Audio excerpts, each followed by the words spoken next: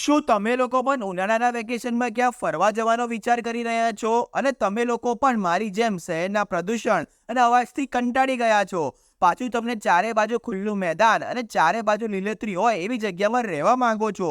તો આવું ફરવાનું પ્લાન માત્ર એક જ જણ કરી શકે, એક્સપ્લોર વિથ નીરવવાળા. તો આપણે નીરવભાઈને કોલ કર્યો અને એમને મસ્ત સાસણગીરનો 3 દિવસનો અમને પ્લાન કરી આપ્યો. તો અમે બેગ ઉઠાઈને આંખો બંધ કરીને ઓમકાર રિસોર્ટ એન્ડ ફાર્મ હાઉસમાં પહોંચી જ ગયા.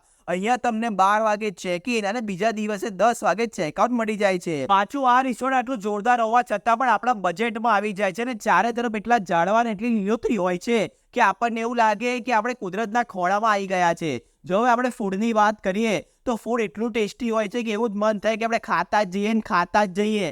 કેમ કે ભાઈ આ લોકો ચૂલા પર કાઠિયાવાડી ભાણું બનાવીને જો આપે છે તો કાઠિયાવાડી ભાણું, અને એ પણ ચૂલા પર, તો મોજ પડી જાય ખાવાની. પાછું અહીંયા તમને ગેમો રમવા માટે ઇન્ડોર ગેમ અને આઉટડોર ગેમ પણ મળી જાય છે. પાછું ઉનાળાની એટલી ગરમીમાં તમને ત્યાં રિસોર્ટમાં એકદમ જોરદાર સ્વિમિંગ પુલ પણ મળી જાય છે. તો પછી મોજે મોજ. પાછું આપણે રિસોર્ટની આજુબાજુ ફરવાની પ્લેસીસની વાત કરીએ તો અહીંયા તમને સાસણગીર સફારી અને ક્રોકોડાઇલ પાર્ક જોવા મળી જાય છે. એના સિવાય પણ તમને કેટલી જગ્યાઓ જોવા મળશે કે જ્યાં તમે આરામથી ફરી શકો છો. તો જે પણ ઉનાળાના વેકેશન પોતાના ફ્રેન્ડ્સ અથવા ફેમિલી સાથે ફરવા જવાનો પ્લાન કરી રહ્યા છે એ આજે જ બુકિંગ કરાવો અને પહોંચી જ જજો.